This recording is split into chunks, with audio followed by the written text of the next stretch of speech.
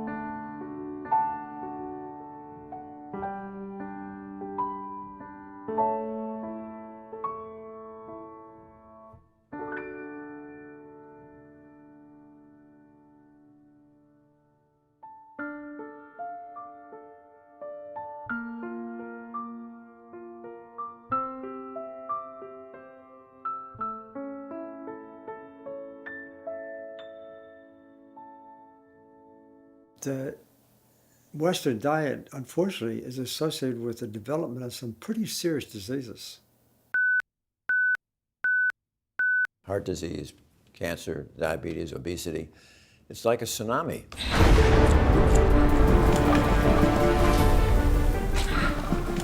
Cardiovascular diseases are the #1 cause of death. Around the globe, more than 17 million people die of a heart attack or stroke per year.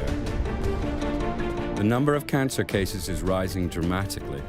1 out of every 4 men and 1 out of every 5 women die of cancer.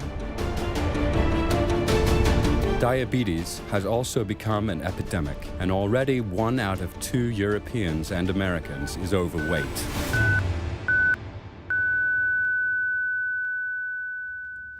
The interesting thing is that all experts would agree that the cause of this tsunami really is our lifestyle. And the fascinating thing is that the major driving force within that lifestyle, creating these illnesses, is our dependence on animal nutrition. And I think this idea needs to be conveyed to people, that there is a strong association between the Western diet, high in animal foods, processed foods, protein, fat, and so forth, and diseases. People have to know that that really is true.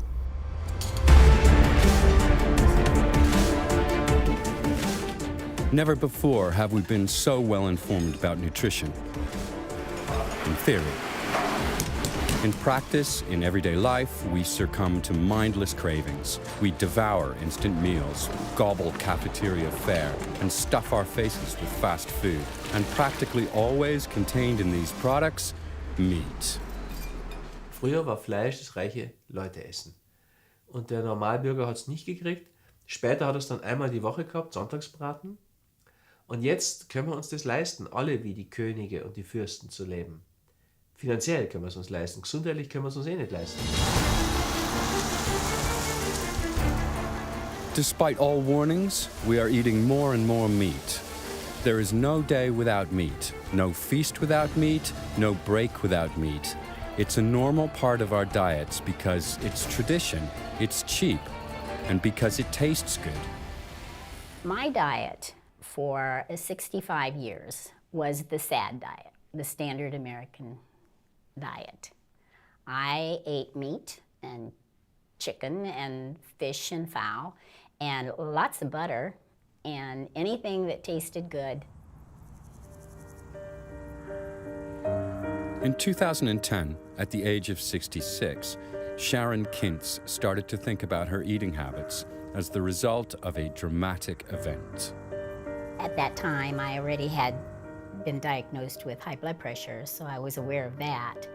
But having a heart attack was a complete surprise to me.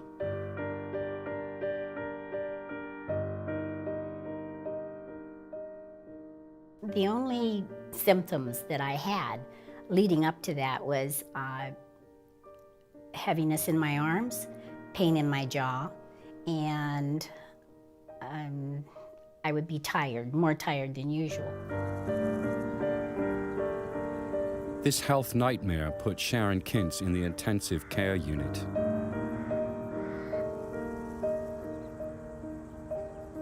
During the heart catheterization, it was determined that I had 100% blockage in one artery and 65% in one and 75% in the other.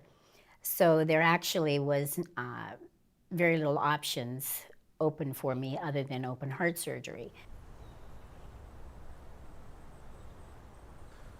Cadwell B. Esselstyn is an expert in the field of heart disease, a well-renowned surgeon and researcher, and one of the best doctors in the United States. Today, the 82-year-old directs the Cardiovascular Prevention and Reversal Program at the Cleveland Clinic Wellness Institute in Ohio. Back in the 1980s, Dr. Esselstyn had already begun questioning the methods for treating heart disease. They only combated the symptoms, but didn't get rid of the cause. Intensive research led him to the conclusion, our cardiovascular diseases are caused by our eating habits. When we look at this cause of heart disease, let's not be confused to blame it on genes, or just blame it on somebody's age, or blame it on the luck of the draw.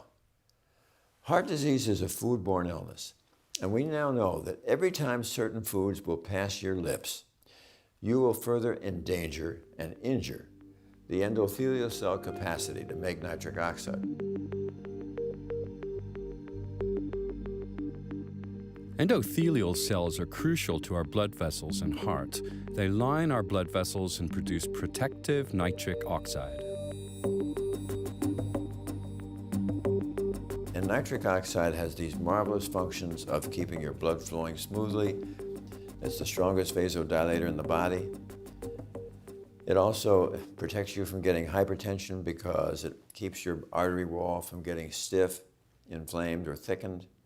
And most importantly, a plentiful normal amount of nitric oxide will prevent you from ever developing blockages or plaque. Scientists know that cardiovascular disease starts with progressive damage to the endothelial cells. This is precisely where our diets come in. The excessive consumption of animal-based or processed foods damages our endothelial cells. Regular consumption of these products increasingly diminishes the protective nitric oxide supply in our blood vessels.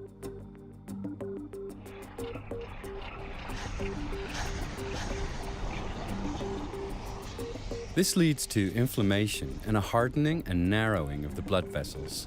These can have life-threatening consequences like heart attack or stroke, or cause arteriosclerosis.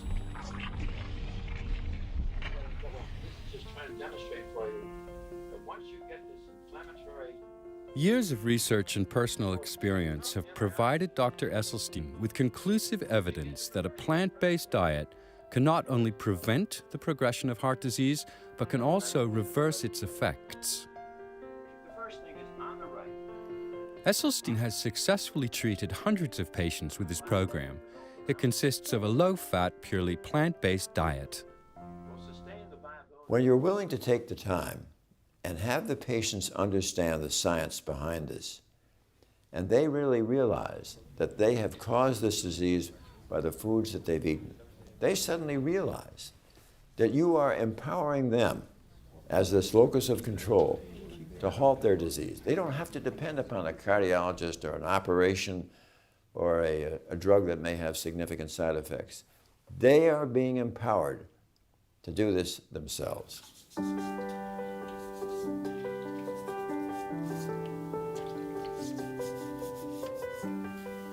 With Dr. Esselstyn's help, Sharon Kintz, too, completely restructured her diet, doing away with all animal products. She turned down the heart surgery recommended to her by her doctors. Sharon Kintz decided to use food as medicine.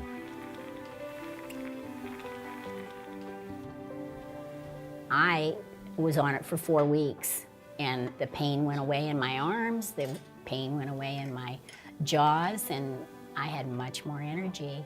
So I took Dr. Esselstyn's program very seriously.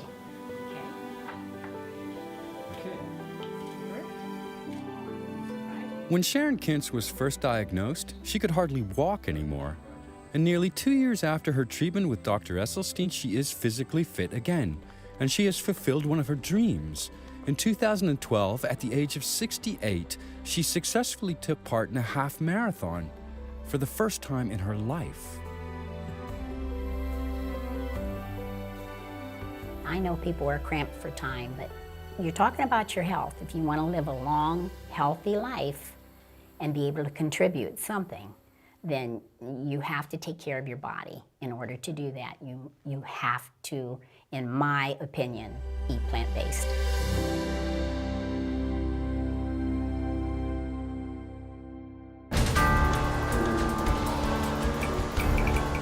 We also consume too much milk.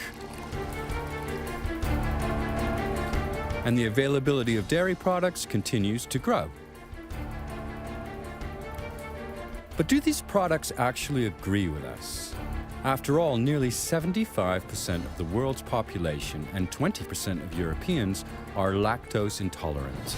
In other words, unable to properly digest dairy products. Dairy products contain no complex carbohydrates or roughage and very few vitamins. Instead, they are full of saturated fat, cholesterol, and animal protein. When we're young and growing up, everybody wants to try to feed people dairy products and make sure you have milk every day, but the science really now is at a point where that cannot be sustained. There is ample evidence from wonderful investigators like T. Colin Campbell, who clearly showed that casein, which is the major protein in milk, is really one of the strongest promoters of cancer. T. Colin Campbell is a world-renowned nutritional scientist. In a series of experiments, he was able to prove that animal proteins, casein in particular, promote all stages of cancer growth.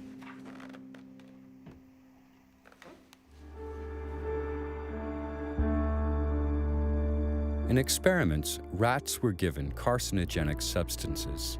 Afterwards, half were fed a 5% casein-enriched diet, and the other half 20%.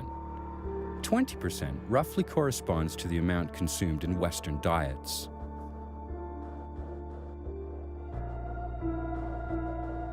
With a 5% casein-enriched diet, the animals did not develop cancer.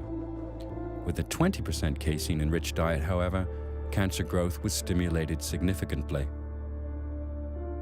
Professor Campbell went a step further. Every 3 weeks, he altered the rat's diet. So the next thing we did some studies to start out with animals here and then let the cancer start to grow with 20% casein, and then we switched it to 5%, it went off. We gave the 20% back again, came back again. We put it on 5%, it came off. So we could turn on and turn off cancer development just by switching the amount of casein being consumed. These findings are also supported by evidence with humans. We also know that all the saturated fat and the casein in dairy helps to accelerate and promote heart disease. And then we have this whole problem of fractures in the elderly. So here we have this problem of increasing cancer, increasing heart disease, and increasing fracture. Not a good thing. Dairy really should be out. Es wird sehr viel darüber diskutiert, dass wir ohne Milch nicht genügend Kalzium aufnehmen. Kalzium ist wichtig für die Knochenstabilität, soll Osteoporose vorbeugen, aber Untersuchungen von Menschen, die überhaupt keine Milch und keine Milchprodukte verzehren, zeigen, dass dort die Osteoporose-Häufigkeit sehr viel geringer ist als bei uns. And dairy also has, and there's good evidence for this, it has some allergenic properties. It tends to be associated with allergies, either directly associated or enhancing the allergies coming from another source. And so we see things like, in the case of teenage boys, we get this acne. They get this acne sometimes, this skin problem. A lot of that is due to their consumption of dairy. Stop dairy, goes away. Dairy is associated with migraine headaches. I know of a lot of people, have these migraine headaches. It's kind of an allergy kind of thing, as is acne. That's kind of an allergy kind of thing. You stop that, it goes away. And it's very fast. And I used to say that with great reluctance because I was raised on a dairy farm. I grew up milking cows. And then when I went away to do my doctoral dissertation, I actually did my dissertation on the idea of promoting more milk consumption. So I'm not saying these rather negative things about dairy for any ideological reasons or any personal reasons. I'm saying it in reference to the evidence, the data. That's what it shows. The excessive consumption of animal products, such as meat, fish, dairy products, and eggs, puts a strain on our bodies. That was also what Frankfurt-based physician Lothar Wendt found in his research. Mein Vater Lothar Wendt hat erstmals 1949 das Konzept der sogenannten Eiweißspeicherkrankheiten formuliert. Das haben wir in den Jahren später weiterentwickelt und die Kernthese lautet, dass das zu viel an tierischem Eiweiß in der Ernährung krank macht.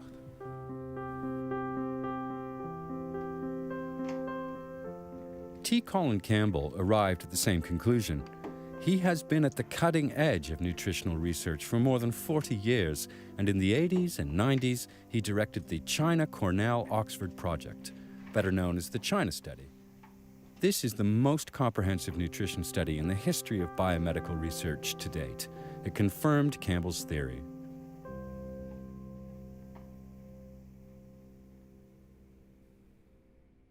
We tend to want to consume protein, which means we want to consume meat, because that supposedly makes us strong. It makes us healthy. That's been an old story for a long time.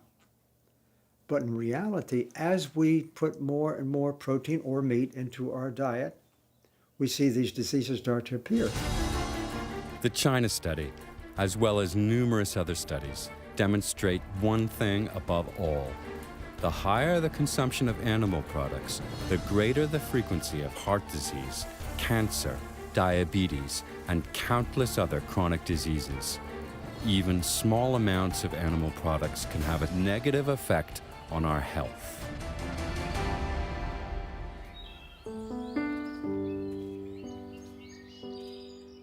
The 53-year-old electrical engineer Arthur Soteros also became a victim of his diet.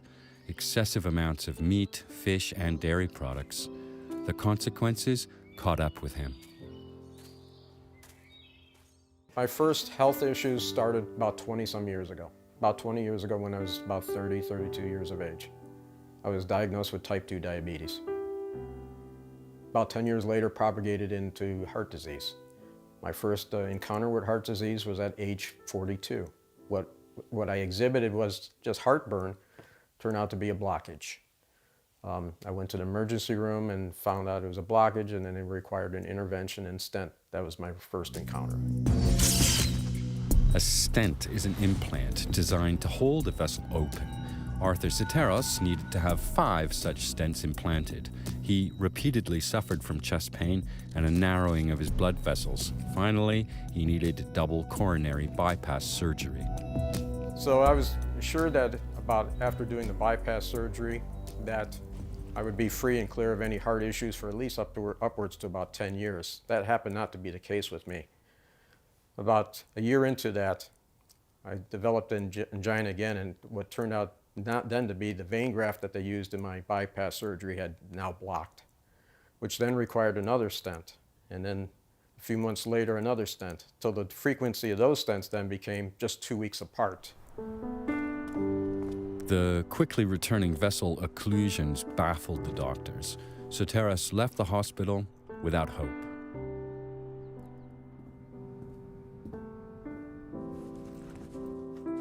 I wept and I cried like a baby because I wasn't ready to die. And I cried out to God for some options. I think God saved my life. I think it was God's mercy and grace that actually gave me options and set my path straight and pointed me in the direction of plant-based.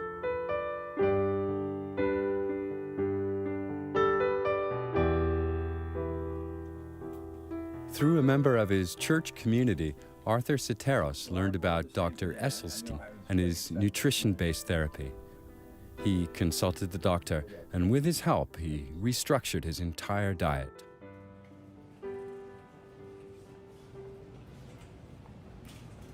Within about 30 to 40 days from that point, the angina that I was experiencing again and the facial numbness that I experienced during my heart disease, it was gone. And it was then by following this diet of going plant-based, within about 5 months from that point on, when I was doing a follow-up with my cardiologist and family physician who has been monitoring my diabetes, said that my diabetes was gone. And then I followed up at that same time in October of 2010 with my optometrist. The prescription glasses that I was wearing, they looked at them and said, why was I wearing these things? That all I needed was just reading glasses. So then with the reversal of my diabetes, my eyesight got better. Arthur Soteris' heart condition has disappeared. His blood test results are normal, and he's been able to markedly reduce his medication. He also lost 20 kilograms of excess body weight. I feel better now at age 53 than I did at age 30.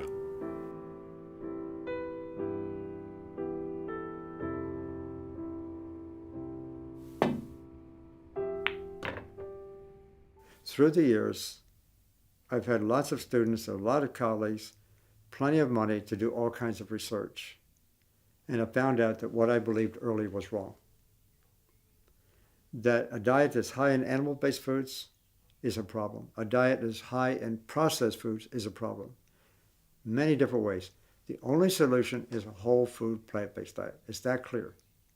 And when people use that, they not only prevent future disease, they actually are able to cure existing disease in people who have a disease.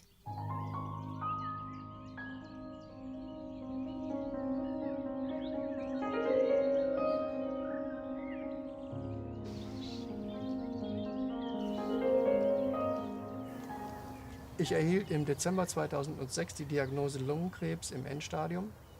Metastasen hatten sich gebildet, die Lymphknoten waren befallen, der Tumor wurde entfernt, die Lymphknoten ebenfalls. Danach wurde mir eine Chemotherapie empfohlen, die habe ich abgelehnt.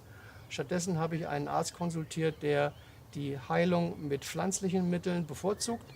Ich bin seinen Ratschlägen gefolgt und bin heute krebsfrei, weil ich auf den Konsum von tierischen Produkten verzichtet habe und dem Konsum von pflanzlichen Produkten den Vorzug gegeben habe, aber hier in erster Linie den unbehandelten, den naturbelassenen, den Pflanzen, Gemüsen, Obstsorten und anderen Lebensmitteln, welche nicht erhitzt werden und so ein Maximum an Nährstoffen an mich weitergeben konnten. Das ist der Grund, meiner Meinung nach, warum ich heute frei von Krebs bin.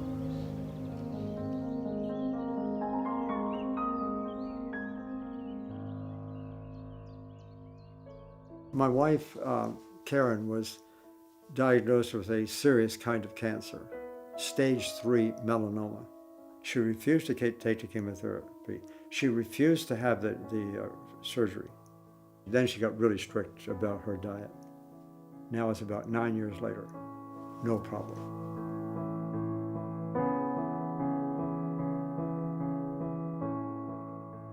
Die pflanzlichen Lebensmittel sind deshalb vorteilhaft, weil sie bestimmte Substanzen enthalten, die wir in tierischen Lebensmitteln überhaupt nicht finden. Zum Beispiel Ballaststoffe oder auch sekundäre Pflanzenstoffe. Wie der Name schon sagt, werden diese Substanzen von den Pflanzen synthetisiert. Und man weiß heute, dass gerade die sekundären Pflanzenstoffe einen erheblichen günstigen Einfluss auf unsere Gesundheit haben. Plant-based foods give us sufficient protein and healthy fats. They are rich in complex carbohydrates and antioxidants, as well as certain vitamins, trace elements, and enzymes. Plant-based foods contain what humans need for a healthy diet. Das Problem ist generell, dass eben auch mit gesundheitsschädlichen Produkten wie Fleisch, Milch und Eiern eben sehr viel Geld verdient wird. Und dass diese Firmen und Konzerne natürlich Profit erwirtschaften wollen, ist klar. Und die wollen auch so viel Produkte wie nur möglich verkaufen. Auf der anderen Seite gibt es keine Interessensgruppe, die Wert darauf legt, die Leute gesund zu erhalten. Wer hat ein finanzielles Interesse daran, dass die Leute gesund bleiben? Keiner. Die Medizinindustrie, die verdient daran, dass sie die Leute therapieren können. Nur an kranken Leuten kann die Medizinindustrie Geld verdienen. Auch die Pharmaindustrie verdient nur an kranken Menschen. We have a big industry that obviously supports the livestock industry and the egg industry and the dairy industry. It's just a huge industry. And unfortunately, they have infiltrated the academic community. They've also infiltrated the government. And I know both because I'm in academia, that's been my entire life. I see what they do. Maybe they bring some money to have some research done. Also in the policy area, I spent about 20 years in national policy development. I was on expert panels for the government. And so we were doing things. And we have committees. And unfortunately, the industry is so powerful that they, in many cases, are controlling who's going to be on the committees. They have too much money for the politicians. Das ist zwar alles legal, aber fair gegenüber dem Verbraucher ist es nicht.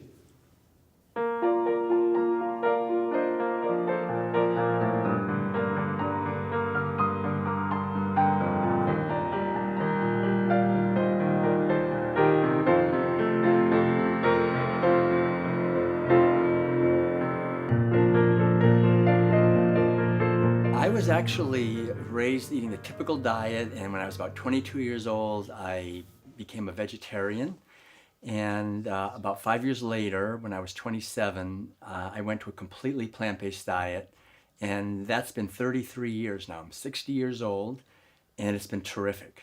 I feel great, I have a lot of energy, and it's not just me. People that I know who are also a long time on a plant-based diet are doing great as well.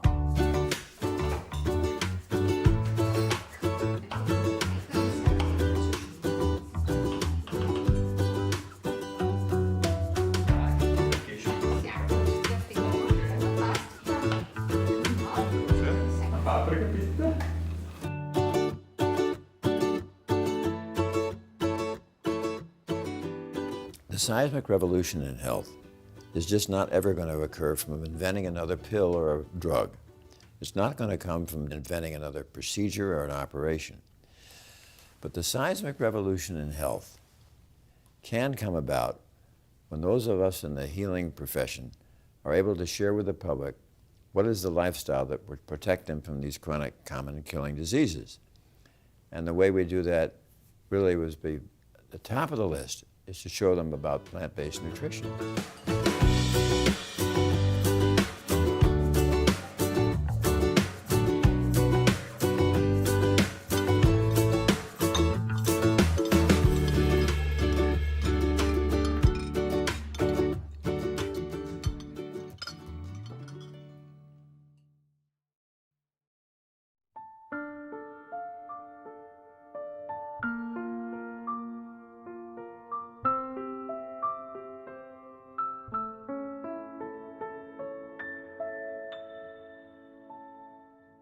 Immer mehr Menschen fressen immer mehr Tiere, weil immer mehr Menschen sich Fleisch leisten können. Und in 20 Jahren werden wir so viele Menschen und so viele Tiere auf dem Planeten Erde sein, dass nicht mehr genug Futter da ist. Und dann fressen wir die Erde kahl. The worldwide human population will rise to 9 billion by the year 2050. The global livestock population will double to 50 billion. It's going to get crowded. Es gibt den Weltagrarbericht. Es ist alles berichtet, dass wir mit dieser heutigen Form der Landwirtschaft unsere Lebensgrundlagen zerstören, den Boden zerstören, den Planeten ausplündern. Wir essen ganz einfach zu viel Fleisch.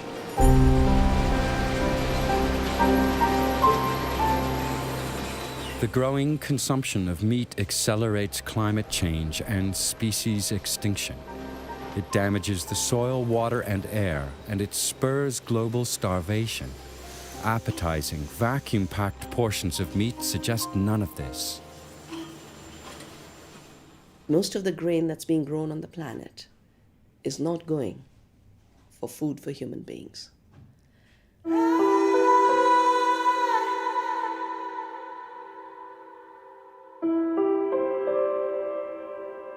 We're growing plenty of food to feed everyone. The problem is we're feeding most of that grain and the legumes, like soybeans, to animals while people are starving.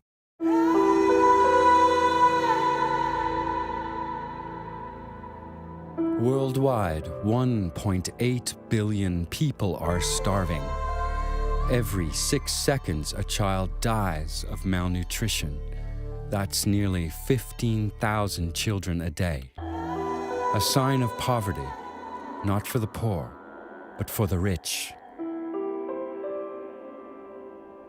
Only 2% of the soya in the United States is being eaten by human beings. About 70% goes for animal feed. About 28% is going for biofuel, diesel made from soya bean. So it's meeting the hunger of profits, not the hunger of people.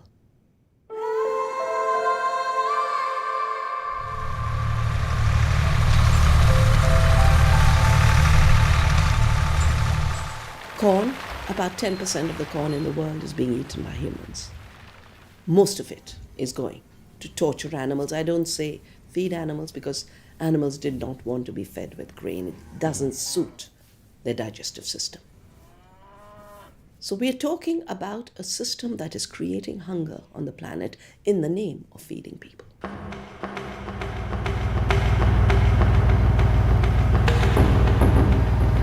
Currently, 1 out of every 3 seeds of grain harvested in the world is used as animal feed. However, industrial nations can no longer produce these huge amounts of fodder themselves.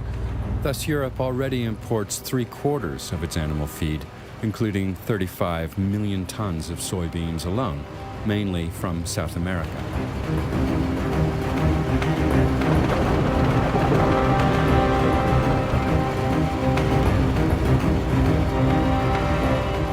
The land used for growing this feed does not consist of empty fields, but valuable rainforests forced to yield to the monocultures of the agricultural corporations.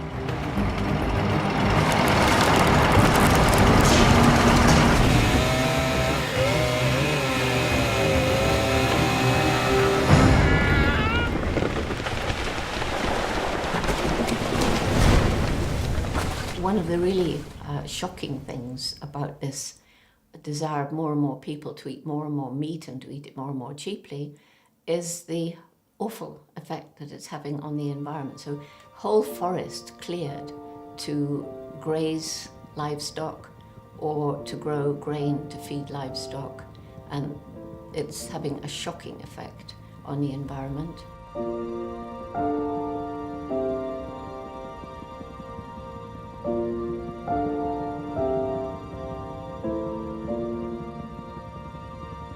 Because of this practice, over the past 2 decades, roughly 20% of the worldwide largest rainforests in the Amazon basin have been destroyed forever. Globally, deforestation irreversibly destroys an area the size of a soccer field every 2 seconds.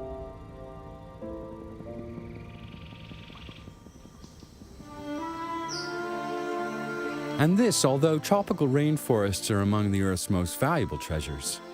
Nowhere else is there such a rich diversity of species.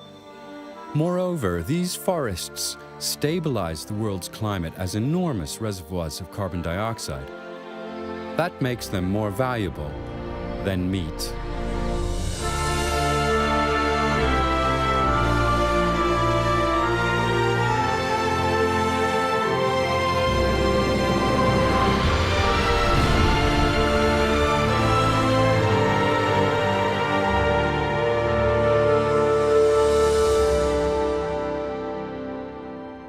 Es gibt ja Berechnungen, wie klimaschädlich ein Kilogramm Fleisch ist. Nehmen wir mal ein Kilogramm Rindfleisch, dann sind das in etwa 12, 13 Kilogramm CO2. Wenn man das mal umrechnet in Autokilometer, wenn ich einen kleinen Pkw nehme, dann kann ich etwa 100 Kilometer fahren. Das entspricht dem Kilogramm Rindfleisch. Bei Geflügel und Schwein ist es ähnlich. Dort sind es dann 50 Kilometer, die einem Kilogramm Schweinefleisch oder Geflügelfleisch entsprechen. Nimmt man da Gemüse, da landet man bei 600 Gramm. Das sind also dann ein paar Kilometer nur. Da sieht man schon, wie klimaschädlich letztendlich die Tierhaltung ist oder wie klimaschädlich mein Fleischverzehr ist. Also wenn ich was fürs Klima tun will, sollte ich natürlich weniger Auto fahren, aber ich sollte genauso auch weniger Fleisch essen. Among the side effects of the meat and dairy industry is the production of methane gas. It is primarily generated in the stomachs of ruminants like cattle. Experts estimate that methane is 25 times more detrimental to the climate than CO2. An even greater concern than methane is nitrous oxide, which is nearly 300 times more harmful to the climate than CO2. It is released through the use of synthetic fertilizers. These and many other factors make animal agriculture a catalyst for climate change. There are increased reports of a new drought of the century or a new flood of the century, a new storm of the century, or the progressive melting of the glaciers and the poles.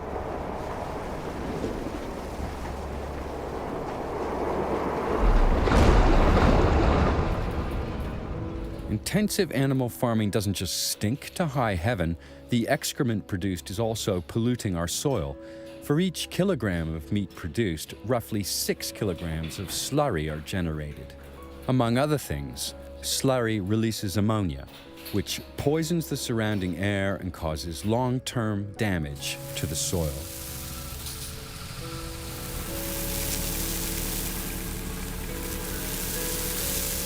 Not only that, slurry and its nitrates also threaten our drinking water, of which we need inordinate amounts to make animal products. For 1 kilogram of eggs, 3,300 liters are needed. For 1 kilogram of chicken meat, 3,900 liters. For 1 kilogram of pork, 4,800 liters. For 1 kilogram of cheese, a whopping 5,000 liters. And an all-time high of 15,500 liters are needed to produce 1 kilogram of beef. Plant production has a much better track record. Cultivating 1 kilogram of grain requires 1,300 liters of water. A farmer needs just 900 liters for a kilogram of potatoes. And a kilogram of apples barely requires 700 liters of precious water.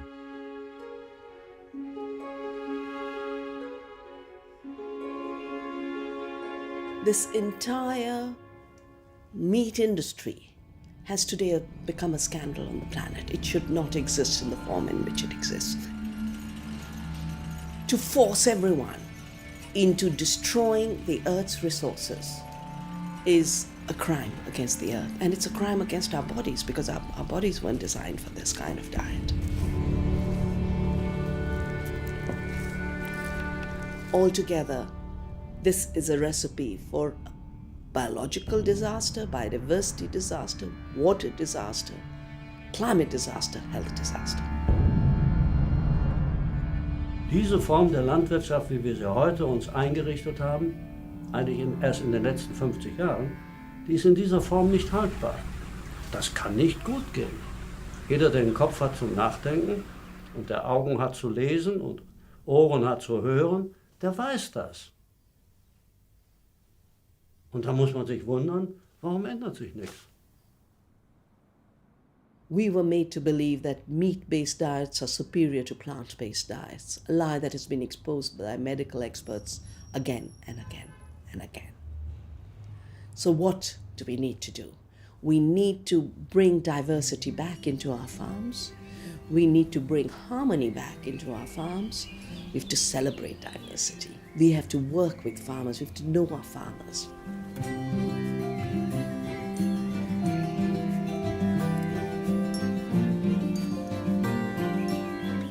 We have to start realizing food is what keeps the world going.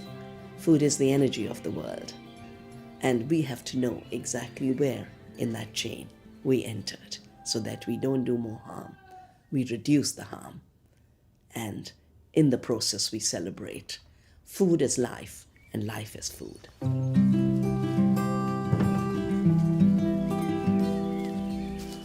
Through its way of life, the Langerhorst family in Upper Austria exemplifies the practice of farming without monocultures and intensive animal husbandry.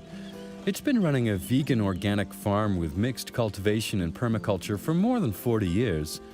The family grows vegetables, fruit, berries, and nuts and avoids animal-based and chemical fertilizers, using green manure, plant-based compost, rock flour, mulch, and wood ash.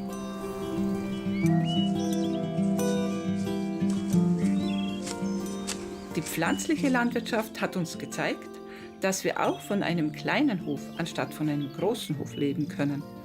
Wir bewirtschaften nur 3,5 Hektar und davon leben wir im Vollerwerb und sind wirklich sehr dankbar, dass dies möglich und auch praktikabel ist.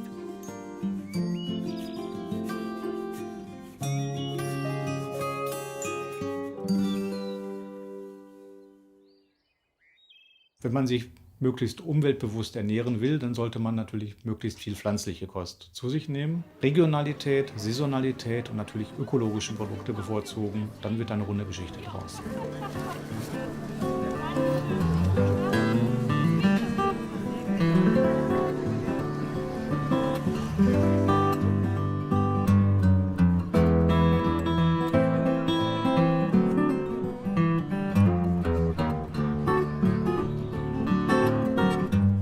Nature shows us how to solve our problems, our personal problems and the ones that involve the whole world.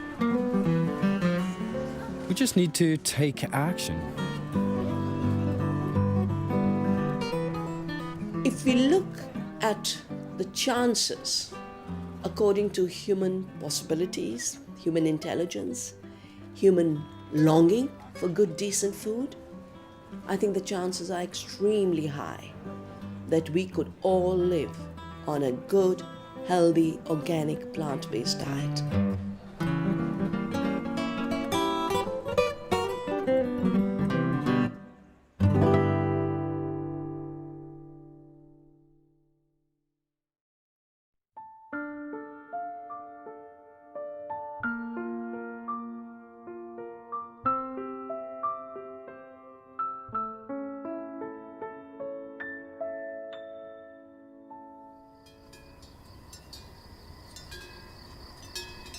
We love the notion of romantic rural life. Happy animals in a healthy environment, well provided for by Mother Nature. It's really quite tempting to get this meat on your plate. But let's face reality.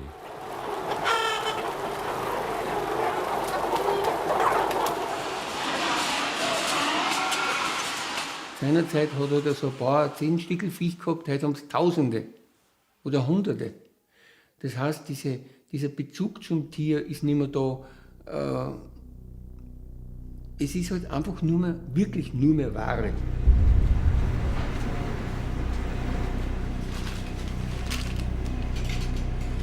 Meat is less expensive today than ever before.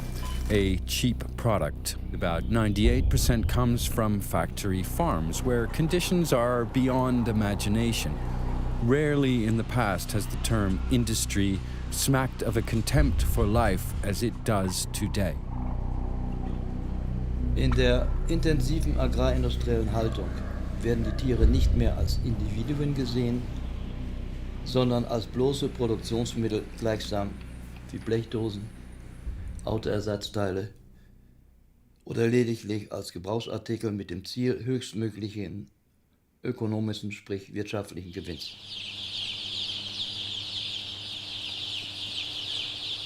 Chickens are by nature social, curious, and intelligent animals. But in the merciless factory farm, their lives are reduced to short and joyless agony. Chicks hatch not in the maternal nest, but in the incubator. As soon as they can stand, they are sorted, vaccinated, packed up, and sent to enormous feedlots.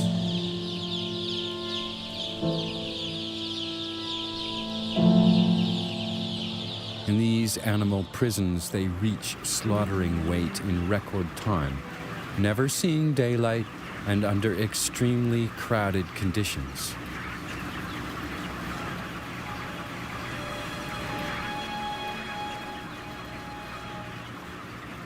The normal life expectancy of a chicken is 20 years. Broilers only live up to 42 days. During this brief lifespan, they must gain roughly 2 kilograms.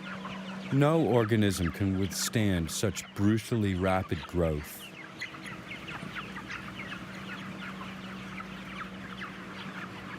Die Tiere nehmen so schnell an Gewicht zu, dass also die Entwicklung des Skeletts gar nicht mitkommen kann und liegen dann also sowohl die Masthühner wie auch die Mastputen am Ende der Mast fast nur noch auf ihrer eigenen Brust, weil die Gliedmaßen das zunehmende Gewicht nicht mehr halten können.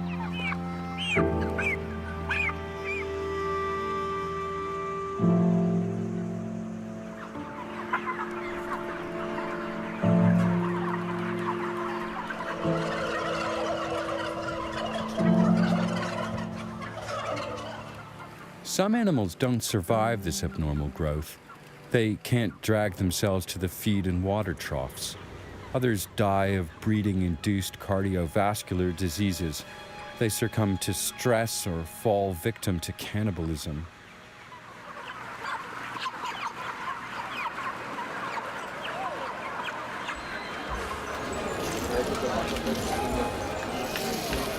All these are facts we are often not aware of when eating meat, and which the meat lobby is glad to keep concealed.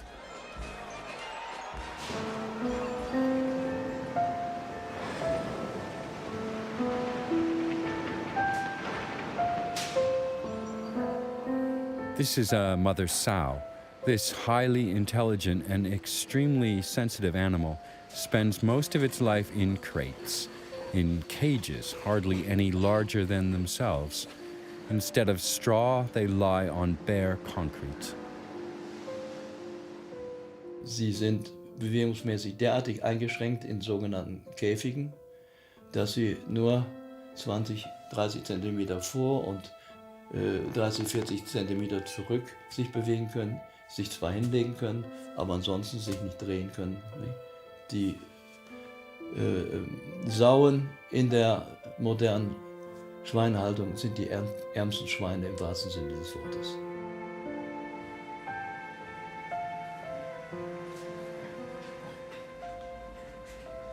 In nature, mother sows build big, soft nests for their offspring. In factory farms, however, this isn't possible. The sows farrow in gestation crates. Confined, they are neither able to protect nor care for their young.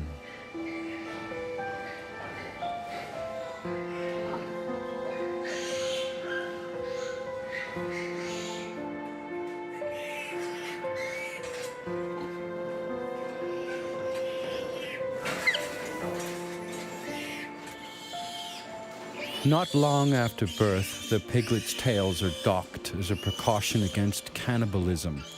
In addition, male piglets are castrated by ripping out their testicles. Everything without pain relief because an object's pain doesn't matter.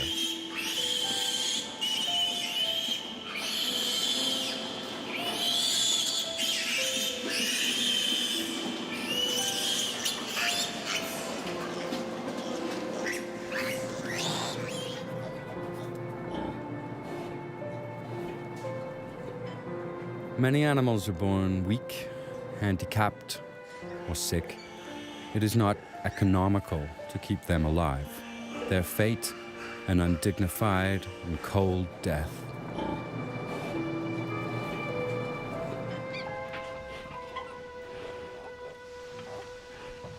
In the agonizing lack of space, the immobilized mother sows sometimes crush their own offspring.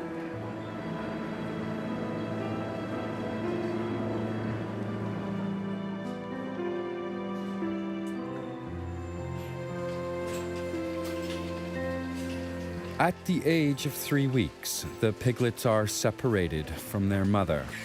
What follows now? Rearing and fattening. Although pigs can live up to 25 years, they are slaughtered as children, a mere 6 months old. They spend their brief lives in cramped quarters. EU norms require a minimum area of just 0.75 square meters for a porker of up to 110 kilograms. As many as 10% of the animals do not survive these conditions.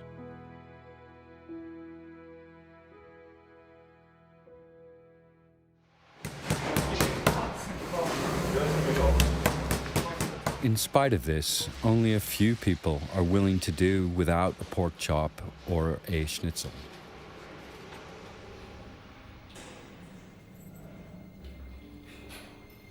And cattle fare no better. Many animals spend their lives in narrow stalls, the lucky ones in open pens. Many, however, vegetate in tether stalls.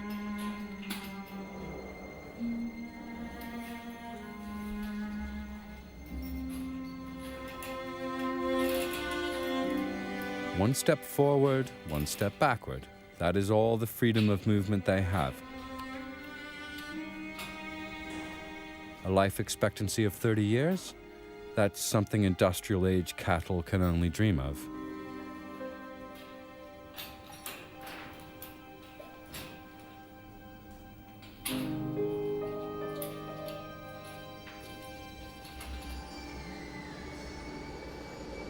Heutzutage gibt es also riesen Herden. Und die werden immer größer und da merkt kein Mensch mehr, wenn eine Kuh krank ist. Das merkt dann meistens nur noch der Milchroboter, der dann auch feststellt, dass die Milchleistung zurückgeht. Oder die andere Maschine merkt dann, dass das Futter nicht aufgefressen worden ist. Und so wird überhaupt nur noch registriert, dass ein Tier oder mehrere Tiere krank sind.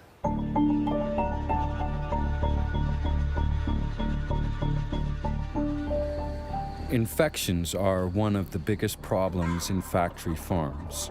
The crowded conditions promote the rapid spread of bacteria. Overbreeding, a lack of hygiene, and ignoring natural needs put a huge burden on the health of the animals. The only antidote the industrial meat producer knows is the massive administering of drugs. Up to 3/4 of all antibiotics end up in factory farms. Das System der Tierhaltung ist so krank, dass es diese Antibiotika inzwischen benötigt. Würde man diese Antibiotika wegnehmen, würden die Tiere tatsächlich massenhaft krank und sterben. Das heißt, das ganze System ist in sich eigentlich völlig krank. The routine and improper use of antibiotics in factory farms presents a big health risk, not just for the animals. Because more and more bacteria strains are becoming resistant, which renders antibiotics ineffective. If these antibody-resistant bacteria infect humans, we get sick too. But often medication no longer works. Globally, more than 700,000 people die from infections because the bacteria they have consumed has become resistant to antibiotics.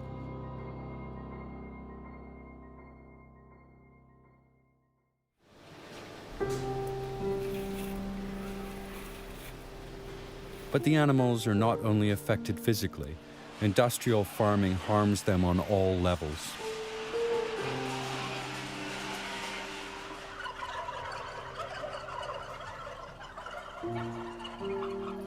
Seit Bestehen der Menschheit hat es kein derartiges Maß an Tierquälerei gegeben wie in unserer Zeit.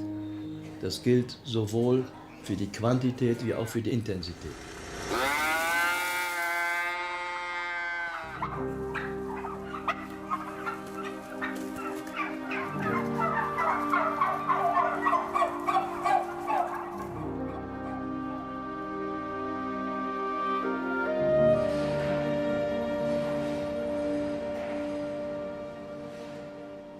Having once seen pigs in one of these intensive farms, I was so shocked. It's unbelievable to me that people could treat animals as though they're just things without feelings. And so many people say to me, oh, but they're being bred to eat, so it's okay, but it's not okay.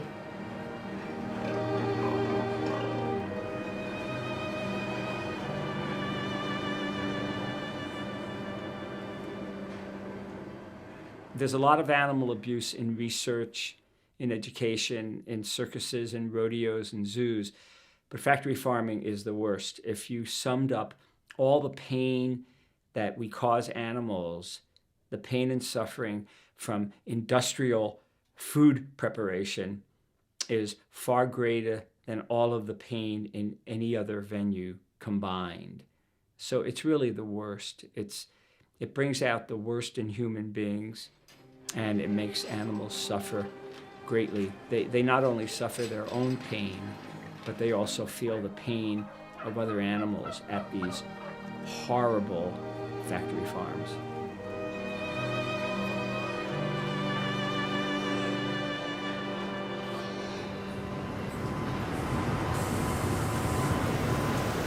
Not only our meat consumption promotes the suffering of animals, but also our growing demand for milk.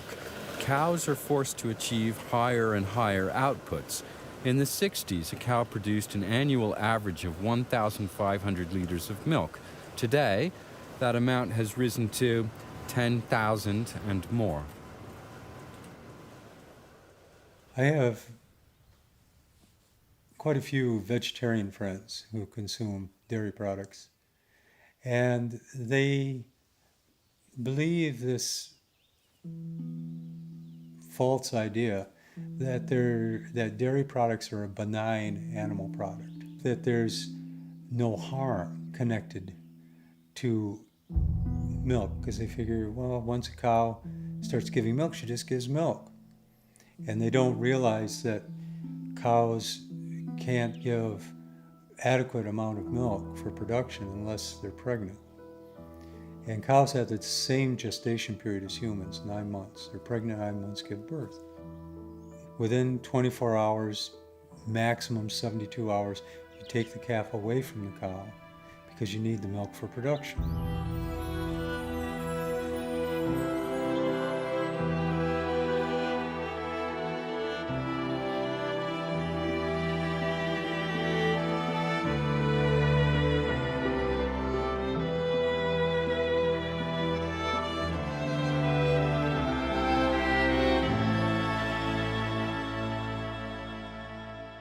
It's a terrible business. I mean, there's more suffering in a glass of milk than you can find just about anything.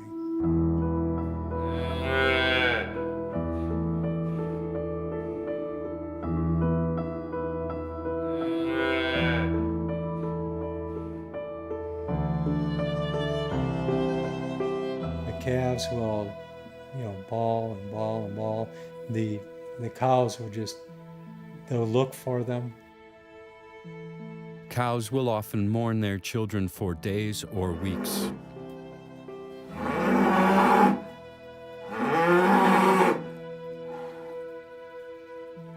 they do miss their calves. The calves miss their mothers.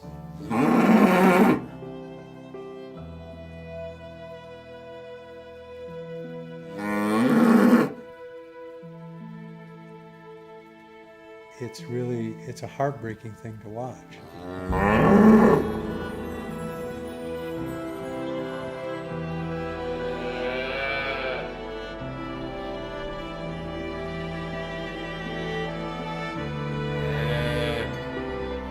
In factory farms, calves are being born constantly, but they serve no useful purpose and are soon put to different use. Let's say a cow is alive for 4 years. She'll have 4 calves. Just genetic roulette. 2 are going to be male, 2 are going to be female. The 2 males have no use to the dairy industry. They're going to go to auction within a day to 2 or 3 days after birth. You only need 1 female to replace the mom. So 3 out of 4 calves go to slaughter right after they're born.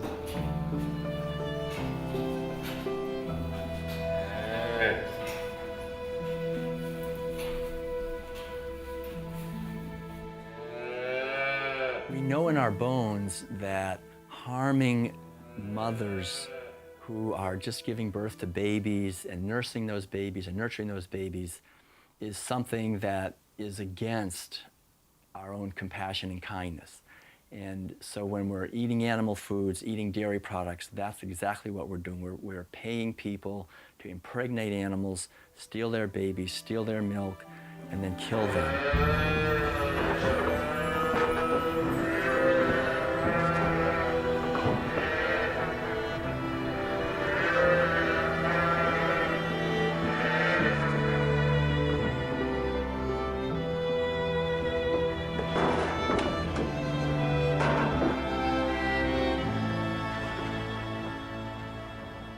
I always say to people, especially women, imagine that. Imagine that you was pregnant.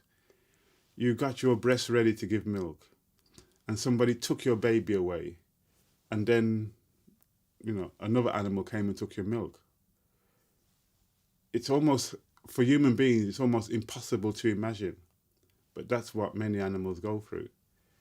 And some people think, oh, goat's milk is better than cow's milk. Well, the goat is also a living thing. The goat also produces milk, not for human consumption, but for the consumption of a little baby goat. And that's who the milk should go to.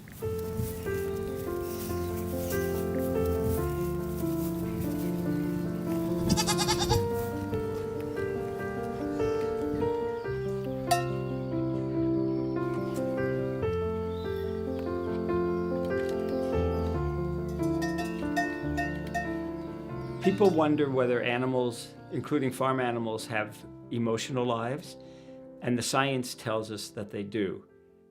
If people read and understand what Charles Darwin had to say about evolution, he said that the differences among species are shades of gray, not black and white.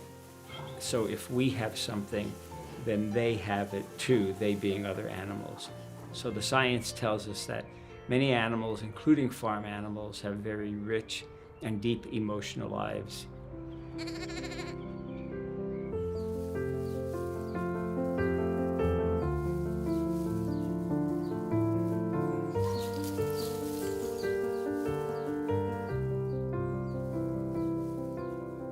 The main thing is that, you know, these farm animals, when you know them as individuals, they're just wonderful. I mean, there's nothing like hearing the whicker of a horse when you come and he's pleased to see you, and the cows chewing the cud and the sweet breath that they have out in the fields, and pigs.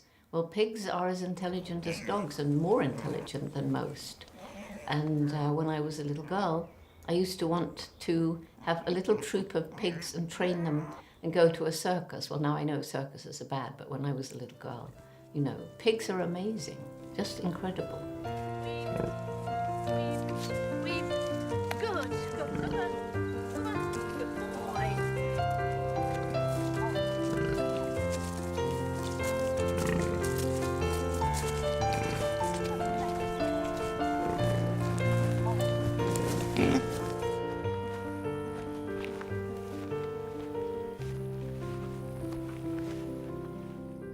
People want to think that cows are stupid, that they're dumb, that they're slow and all they do is eat grass. No, they have community, they have social structures, they babysit for each other, they mourn for the loss of loved ones. You know, they're a community just like any human community. They just look different. You know, that's all. It's the only difference. They just look different. We don't speak their language. It's the only difference.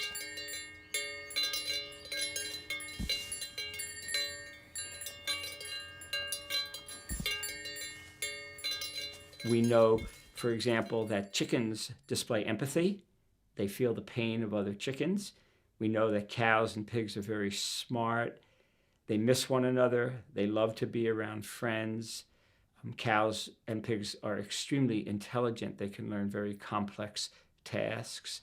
So I like to say that the animals who we eat are very smart and they're very emotional. They're not what we eat. So if there's an animal on the plate or at the end of a fork, it's who's for dinner, not what's for dinner. Because when we use the word who, we're referring to an animal who has a very strong inner life and subjective life.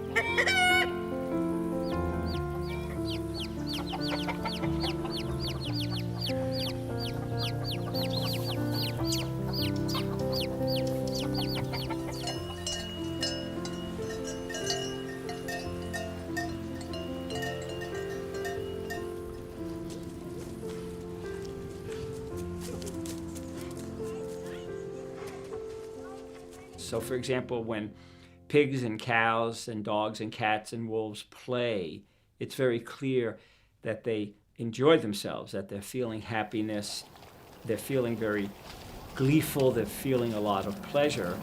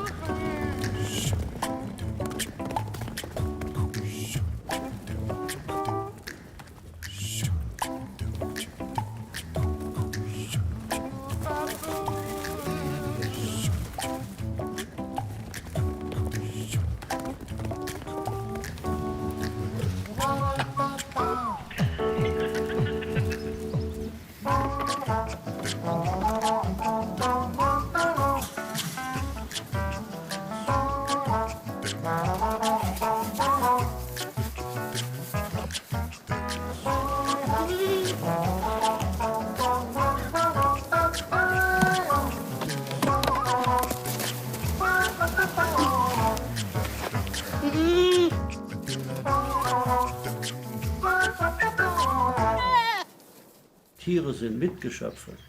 Tiere sind Lebewesen, die Gefühle haben, die es einem zeigen können, wenn es ihnen gut geht.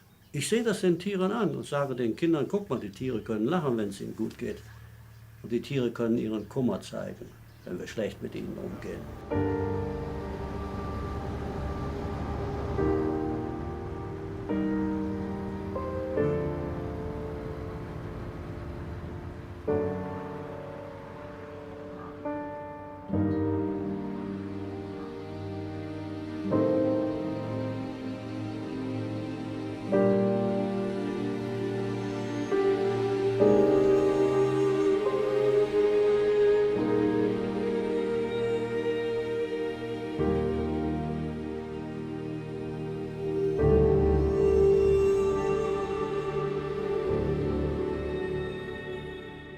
kein Tier geht freiwillig auf dem LKW. Ist in meiner ganzen Zeit, wo ich Fleisch habe, war nicht einmal passiert. Das heißt, wir haben das Viech immer mit Gewalt aus dem Stall, mit Gewalt auf dem LKW. Dann hat man das zum Schlechter geführt oder in die Metzgerei. Und Sie müssen sich vorstellen, das sind LKWs, da sind heute bis 100 Stück oben, auf absolut engstem Raum. Eine Stresssituation, Angstsituation, das erkennt man entweder, dass die Tiere fangen zum Zittern an oder die Augen, die sind so verängstigt einfach. Viehtreiber, Elektroschockgeräte, Knüppel, Schweine werden an den Ohren weggezogen, Bullen werden vor die Hoden getreten, damit sie laufen, Kühe vor den Euter getreten, der Nasenring beim Bullen, falls er einen hat, wenn es schwere Bullen sind, die werden so umgedreht, dass die Nase fast um 180 Grad verdreht ist, damit die Tiere gehen. Und das ist alles mit Schmerz, das ist nicht ohne Schmerz.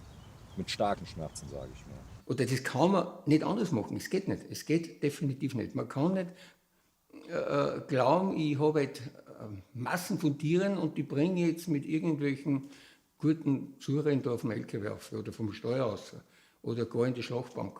Das funktioniert nicht. Es ist immer brutal. Es ist immer brutal.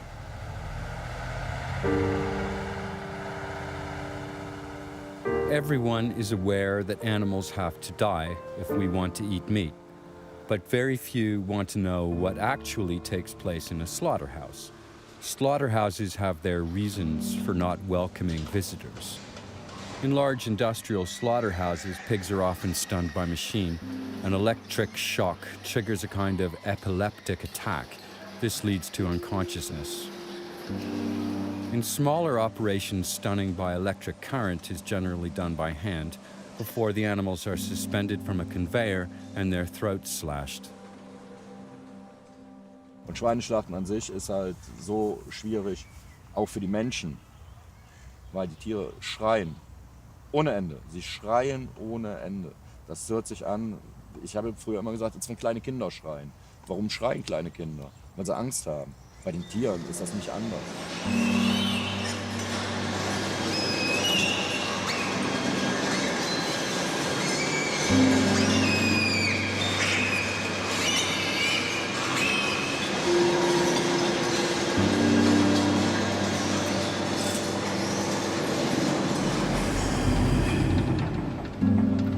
In large meat factories, gas chambers are standard practice. The pigs are herded into a gondola and lowered into a chamber where they are gassed with a mixture of carbon dioxide and air, leaving them unconscious.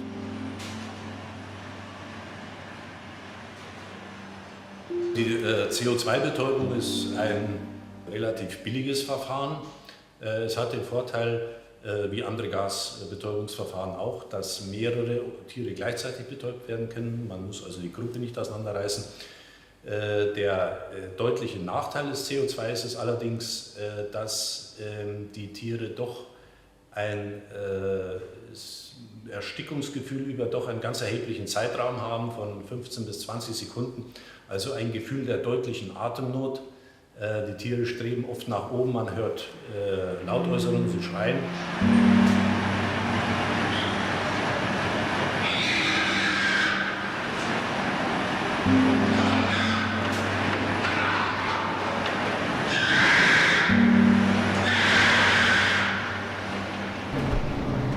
Once they have been stunned, the pigs' throats must be quickly and properly slashed. Otherwise, the animals wake up and land in the cauldron of boiling water, fully conscious. This is no uncommon occurrence, since the whole process takes place so quickly. Zur Problematik der Schlachtgeschwindigkeit muss man sicher noch anmerken, dass bei einem Tempo von beispielsweise 750 Schweinen in der Stunde der Mensch, der die Schweine absticht, also der sogenannte Stecher, ziemlich genau 5 Sekunden Zeit hat, dieses Messer in den Hals der Tiere einzustechen. Dazu muss er das Schwein aber erst auch noch greifen, an einem Vorderbein sozusagen in Position ziehen. Er muss das Messer aus der Halterung entnehmen und dann sind diese 5 Sekunden auch schon gleich vorbei. Das heißt, er hat gar keine Möglichkeit, einen Stich in irgendeiner Weise zu korrigieren, wenn er der Meinung ist, er hat keine großen Gefäße erwischt oder er hat große Gefäße verfehlt. Das heißt, das ist sicher ein Problem für die Effektivität der Entblutung. Ich habe sehr oft gesehen, wie Tiere nicht richtig betäubt waren. Schweine, die aus dem Brühkessel geflohen sind oder gesprungen sind, versucht haben rauszukommen, wo ein Kopfschlächter hingegangen ist und hat mit einer Eisenstange nochmal draufgehauen. Das ist eigentlich Standard, das ist völlig normal.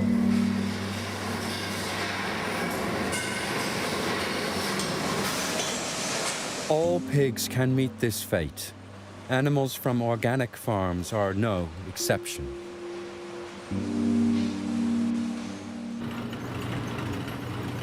Once it is cut into pieces, the animal has finally endured all the agony the industry has to offer.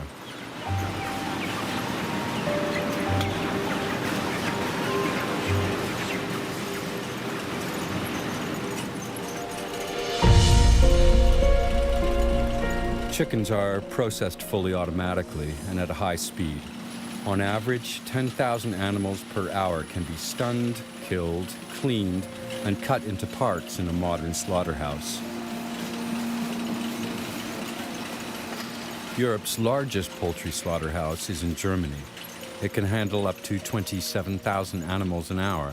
That's 432,000 chickens a day.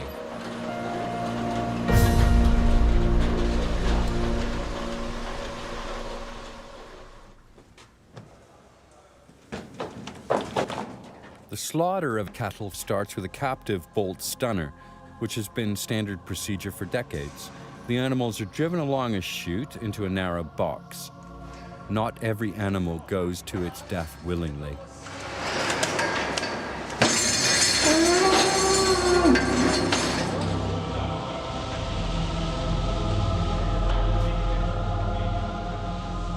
In dieser Betäubungsfalle werden die Tiere mit einem sogenannten Bolzenschussgerät geschossen. Das heißt, es ist ein Bolzen, der die Schädeldecke durchdringt und das Hirn partiell zerstört. Und die Tiere brechen dann in der Regel sofort zusammen und sind also in Sekundenbruchteilen bewusstlos. Problematisch ist es, wenn der Schuss eben nicht richtig sitzt, wenn die Bolzenschussgeräte nicht richtig angesetzt werden können oder das Tier im letzten Moment den Kopf bewegt.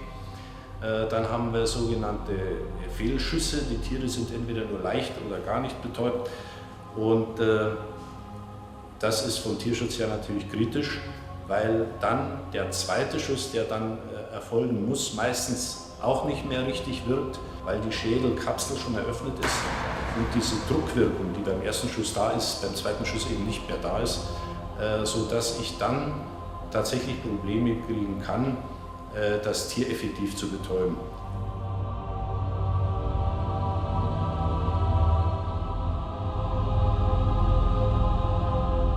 Warum muss man denn die Menschheit, den Konsumenten vom Schlachten wegsperren?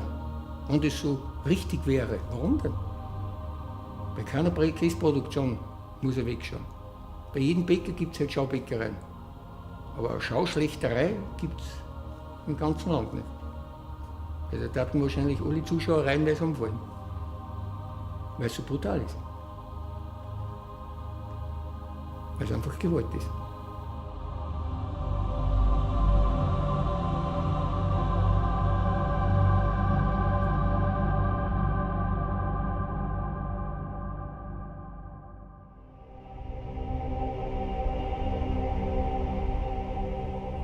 Irgendwo kommt man dann an die Grenze, wo man dann sagt, man macht es weiter oder man macht es nicht weiter. Bei mir war die Grenze halt wirklich, wir mussten Kälber schlachten und das hat sich schon gesträubt beim Reinkommen.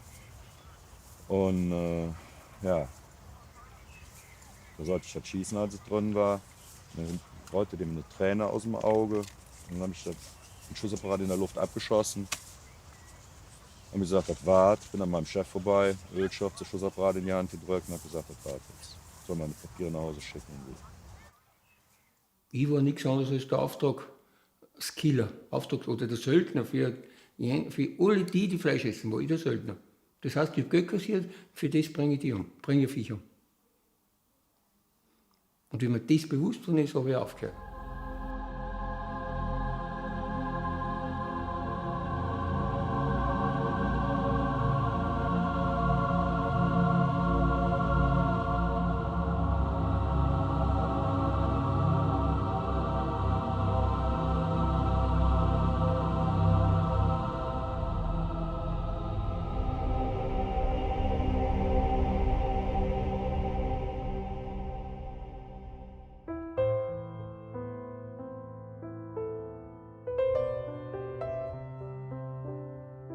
Humans are creatures with many contradictions.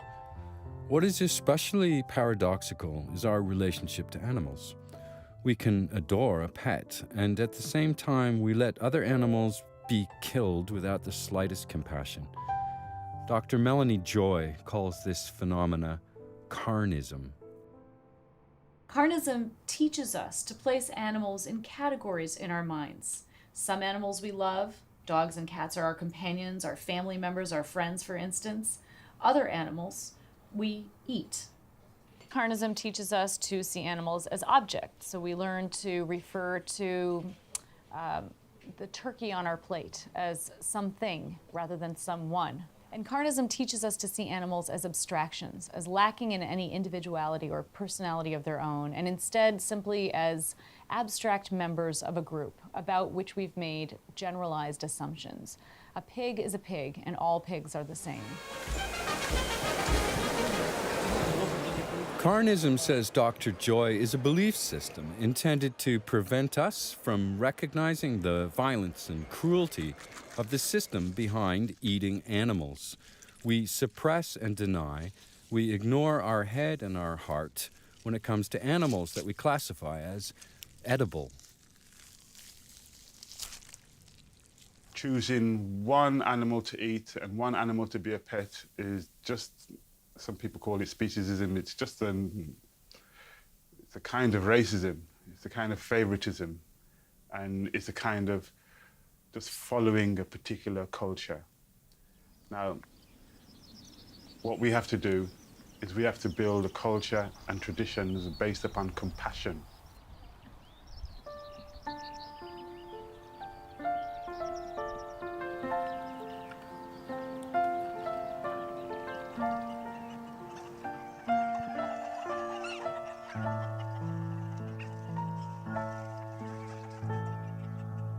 The highest form of living, the highest value, is compassion. And when there is compassion, we maximize well-being. After all, the word wealth comes from well-being. It did not mean money in the hands of a few. It meant well-being shared across life spectrum.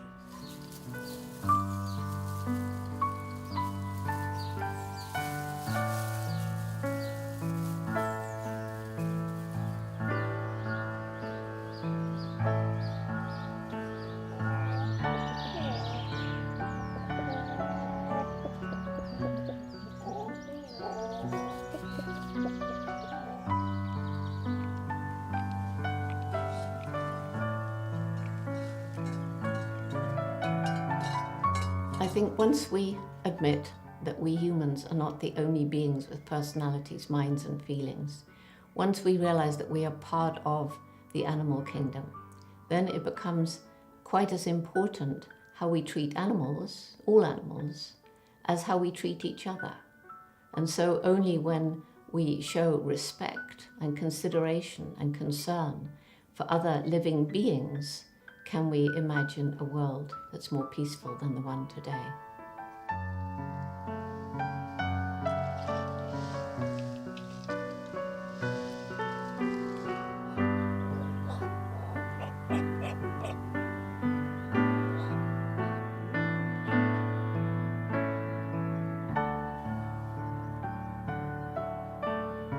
We are at a threshold where across the world people are seeking the liberation of life from this stranglehold of objectification, the view that the earth is dead matter and our beings are just objects. We have to rise in subjecthood, of an interconnected subjecthood, where no life is less important than any other life, And human beings are definitely not the emperors over the rest of life, are just one strand in that web of life.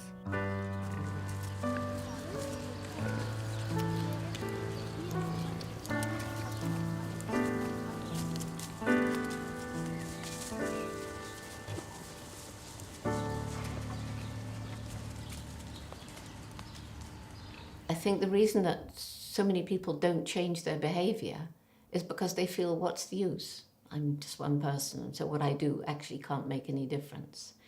And nor would it make any difference if it was just one.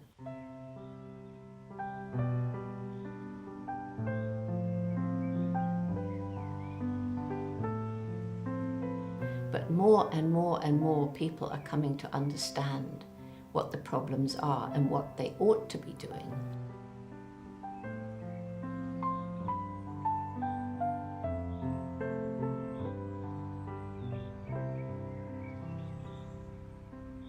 Never ever think that one person can make a difference. We tend to focus our energies on looking for leaders, say like Martin Luther King or Mahatma Gandhi. But they were just one person. They didn't set out in life to be a leader, and they were very humble people. It's just that circumstances in history drew them to the front. But if we're looking for leaders, all we have to do is go home and look in the mirror, because each one of us can make a difference. And we do. It's just making a conscious decision that we are going to make a difference in our lives. We're not on this planet for a long time, so we need to do what we can in the time we've got to make a difference.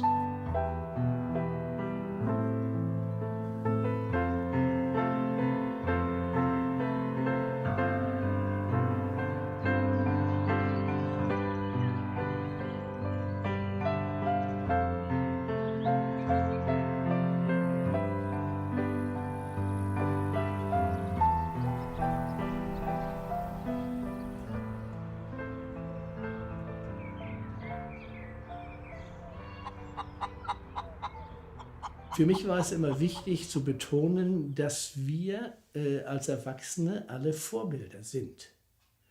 Diese Vorbildfunktion können wir uns nicht aussuchen. Wir können nicht sagen, ich will gar kein Vorbild sein, sondern wir werden als Vorbild genommen, sei es von Kindern, sei es von Verwandten, von Kollegen oder von Sportsfreunden.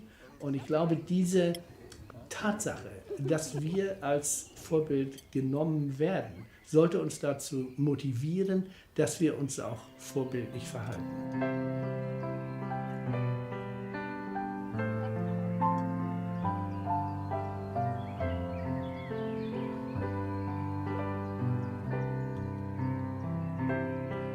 Every one of us can make a difference.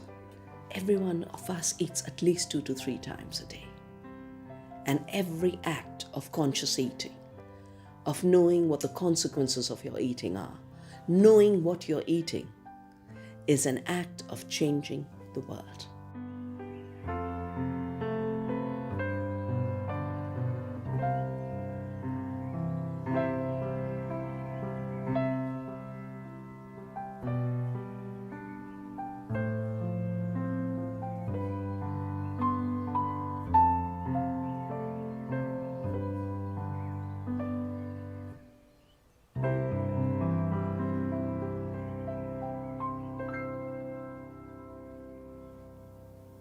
I think the most important message that I have is to remember that you, and I'm speaking to you watching this film, you make a difference. You as an individual make a difference. What you do each day actually is affecting what's going on in the world each day. So your life matters, you matter, and use your life wisely.